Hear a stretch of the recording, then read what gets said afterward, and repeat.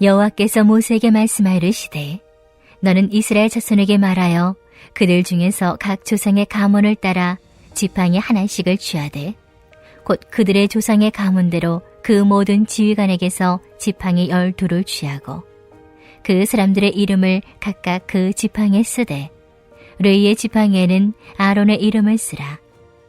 이는 그들의 조상의 가문의 각 수령이 지팡이 하나씩 있어야 할 것임이니라.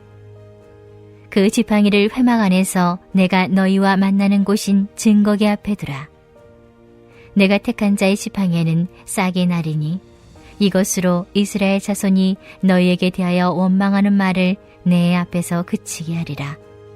모세가 이스라엘 자손에게 말하매 그들의 지휘관들이 각 지파대로 지팡이 하나씩을 그에게 주었으니 그 지팡이가 모두 12이라. 그 중에 아론의 지팡이가 있었더라. 모세가 그 지팡이들을 증거의 장막 안 여호와 앞에 두었더라. 이튿날 모세가 증거의 장막에 들어가 본즉 레위 집을 위하여 낸 아론의 지팡이에 움이 돋고 순이 나고 꽃이 피어서 살구 열매가 열렸더라. 모세가 그 지팡이 전부를 여호와 앞에서 이스라엘 모든 자손에게로 가져오매 그들이 보고 각각 자기 지팡이를 집어들었더라. 여호와께서 또 모세에게 이르시되 아론의 지팡이는 증거계 앞으로 도로 가져다가 거기 간직하여 반역한 자에 대한 표징이 되게 하여 그들로 내게 대한 원망을 그치고 죽지 않게 할지니라. 모세가 곧 그같이 하되 여호와께서 자기에게 명령하신 대로 하였더라. 이스라엘 자손이 모세에게 말하이르되 보소서 우리는 죽게 되었나이다. 망하게 되었나이다. 다 망하게 되었나이다. 가까이 나아가는 자, 곧 여호와의 성막에 가까이 나아가는 자마다 다 죽사오니 우리가 다 망하여야 하리이까. 할렐루야, 우리와 함께 하시는 하나님을 찬양합니다. 오늘 본문 말씀인 민수기 17장은 민수기 16장의 고라와 그를 따르던 무리의 반역에 대한 심판과 그들을 추종하던 250명의 지휘관들에 대한 심판, 여전히 원망하는 백성들에 대한 심판이 있은 후 하나님이 세우신 지도자 모세와 제사장 아론의 권위를 하나님께서 다시 한번 확증하시는 말씀이 담겨 있습니다. 우리는 이 본문을 보며 교회 내에서의 지도자의 권위에 대해 하나님이 세우신 자에게 대항하는 것이 하나님을 대항하는 것이라는 말씀을 많이 들었었는데요. 그래서 지도자에게 순종할 것과 또 지도자를 섬기고 함께 합을 맞추어 가는 것이 하나님의 뜻이다 라고 생각하며 이 말씀을 받아들이곤 했습니다. 하지만 오늘은 그리스도교 공동체의 시선에서 오늘 본문을 보고자 합니다. 16장의 말씀을 간략히 보면 고라라고 불리는 레위 지파의 한 자손이 모세와 아론을 향하여 반역을 일으킵니다. 그 주된 이유는 우리가 성전을 섬기는 지파로 하나님께 선택받았으니 제사장의 역할도 우리가 해야 한다라는 것이었습니다. 그러니까 섬김의 위치를 권력의 위치로 생각하고 바꾸고 싶어 했다는 것이지요. 곧 공동체의 가장 큰 위협이 무엇이겠습니까? 바로 공동체 안에서 기득권이 되는 것입니다. 한 자리 차지하고 싶어 하는 것, 영향력을 가지고 싶어 하는 것, 내가 큰 힘을 갖고 싶어 하는 것이 바로 공동체의 가장 큰 위협이자 위험이란 것이죠. 왜 공동체 안에서 기득권을 가지는 것이 위험이 될까요? 그것은 하나님의 통치를 인정하지 않으며 하나님의 자리를 빼앗겠다는 것과 다름이 없는 말이기 때문입니다. 교회 공동체는 하나님 나라의 가장 축소된 그러나 가장 모범적인 대안입니다. 하나님 나라는 누가 통치할까요? 네, 하나님이 통치하시지요. 하나님은 하나님의 뜻, 가장 선하고 완전한 의지로 교회를 통해 하나님의 뜻을 이루십니다. 그런데 생각해보면 고라가 분개했던 이유와 마찬가지로 그렇다면 왜 교회는 직분을 만들어 둔 것일까요? 그것이야말로 권력의 수산물이 아니겠습니까? 목사와 장로, 권사와 집사 등 마치 하위 단계들을 거쳐야 위로 올라가는 것처럼 보이는 이런 위계 질서야말로 권력이 아니고 무엇일까요?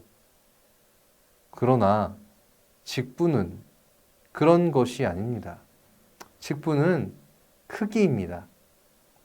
하나님이 하나님 나라를 통치하실 때 무엇으로 통치하십니까?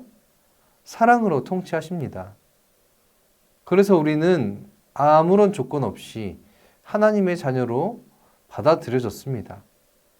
그러면 하나님은 하나님 나라를 통해 무엇을 보여주시고자 하시는 걸까요? 이 또한 사랑입니다. 사랑으로 통치하셔서 사랑만이 유일한 진리이고 답이며 이 세상에 대한 대안이라는 것을 우리를 통해 드러내시지요. 곧 하나님 나라는 그리고 교회는 사랑으로 이루어지고 사랑을 위해 일하는 집단입니다. 그렇기 때문에 직분자란 얼만큼 사랑할 수 있는가에 비례하는 것이지요. 생각해 보시기 바랍니다. 이제 막 하나님을 믿기로 작정한 사람이 누구를 사랑할 수 있을까요? 아직 그 사랑에 대한 크기와 방향이 하나님께로만 되어 있을 것입니다. 그러나 목사, 장로, 권사, 집사는요, 내가 돌보고 이해하며 받아줄 수 있는 넉넉함이 있고 또 사랑할 수 있는 그 가짓수가 넉넉하기에 그 직분을 감당할 수 있는 것입니다.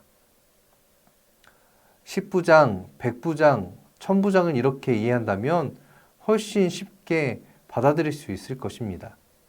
10명을 사랑하며 그 영혼을 책임질 수 있는 믿음, 그리고 100명을, 1000명을 사랑하며 돌볼 수 있는 믿음.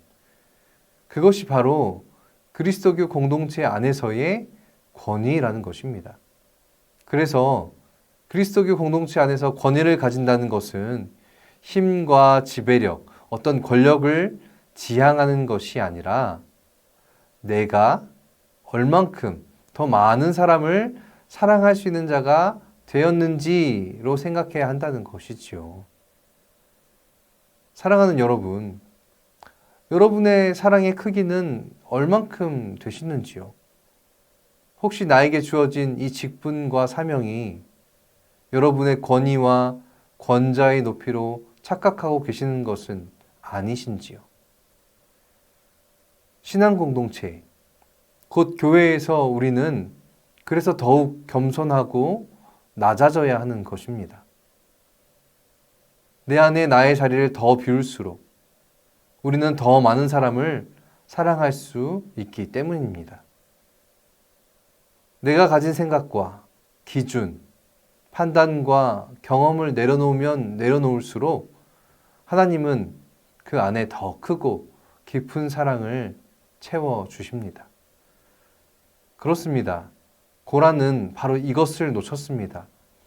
하나님께 예배하러 오는 자들을 돕고 섬기며 그들을 위해 헌신을 결단하고자 했던 그 레위 지파가 그 목적을 잃어버린 채 자신들의 권위를 위해 대제사장직을 요구하고 공동체 안에서 기득권이 되려 반역을 도모했습니다.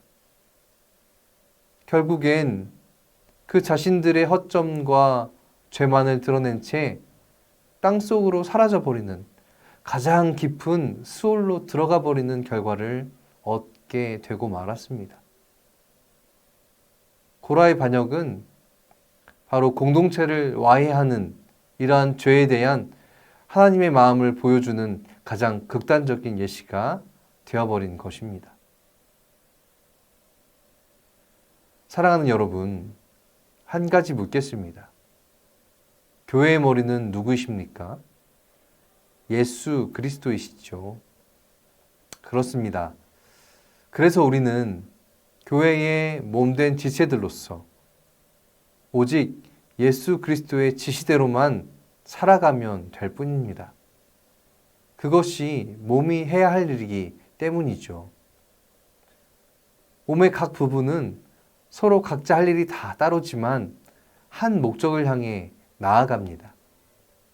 그래서 우리 또한 우리의 모습과 생각, 사는 모습과 가치관 모두가 다르지만 그러나 예수 그리스도를 통해 하나가 되어 한 목적을 향해 나아가게 되는 것입니다. 그 목적이 무엇이겠습니까? 하나님 나라를 이루는 것. 그러니까 서로 사랑 안에서 하나가 되어 완전한 사랑을 이루어 나아가는 것입니다. 그래서 교회 공동체 안에서 봉사와 섬김은 사랑의 테두리를 넓히는 작업과 같습니다. 봉사와 섬김을 통해 교회의 일원으로 정체성을 확립하고 신앙의 성장, 성숙이 이루어진다고 하는 이야기가 바로 그것이겠지요. 그리스도교 신앙을 가진다고 하는 것은 자기밖에 모르던 삶을 타인을 위하는 삶으로 전환된다는 것에 가장 큰 의미를 가지고 있습니다. 모세와 아론은 아무런 이유 없이 하나님께 선택받았습니다. 그러나 그들은 그 자신의 권위를 앞세워 히브리 민중을 이끌고 자신들의 입맛대로 공동체를 만들어 가거나 이끌지 않았습니다. 오직 하나님의 권위만을 인정하고 하나님의 말씀을 백성들이 알아듣기 쉽게 전달하고 그들을 하나님의 뜻 가운데 하나님의 방법으로 이끌었습니다.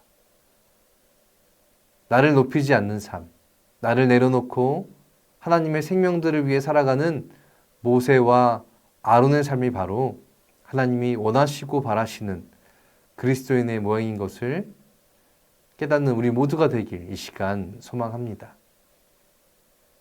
오늘 말씀의 말미를 보면 싹이 난 아론의 지팡이가 공동체 안에 두려움의 상징이 되었다라고 이야기하죠. 그러나 한편으로 이 지팡이를 통해 하나님은 이 공동체와 언제나 함께 계심을 드러내고 계십니다. 우리에게는 이 지팡이가 무엇이겠습니까? 바로 십자가입니다. 이 십자가는 우리를 향한 세상의 억압과 폭력에 대해서 드러내지만 그러나 하나님이 언제나 우리를 사랑하시고 우리와 함께 계심을 밝히 드러내는 상징이기도 합니다. 우리를 향한 하나님의 사랑이 언제나 우리의 곁에 있음을 그리고 우리를 통해 그 사랑이 이루어져 감을 잊지 마시기 바랍니다. 오늘 우리에게 주어진 이 5월, 이 5월을 하나님을 가까이 하고 하나님의 뜻을 깨달으며 하나님의 권위에 순복하고 더욱 사랑으로 하나 되는 우리 모든 전주 안디옥교회의 성도들이 되기를 이 시간 축복합니다. 특별히 돌아오는 주일에 드릴 기공 예배를 마음과 기도로 준비하는 우리 모두가 되길 소망합니다. 오늘 우리에게 주신 말씀을 가지고 사랑으로 기다리며 사랑을 행하여 하나님이 기뻐 받으시는 새성전 건축의 첫 예배, 기공 예배로 나아가는 우리 모두가 되기를 또한 간절히 소망합니다. 그리고 하나님께 올려드린 이름들 있지요. 그 이름들을 위해서도 기도하시기 바랍니다. 그들을 향한 우리의 사랑이 교회를 향한 초대장이 되어서 교회 안에서 참된 하나님 나라를 함께 일구하는 기쁨이 우리 모두에게 있기를 간절히 소원합니다. 하나님이 우리와 언제나 함께 하십니다. 그 하나님의 은혜가 언제나 영원토록 우리 모두에게 있기를 주님의 이름으로 축원합니다. 우리 이 시간 함께 세 가지의 기도 제목 가지고 기도하실 텐데요.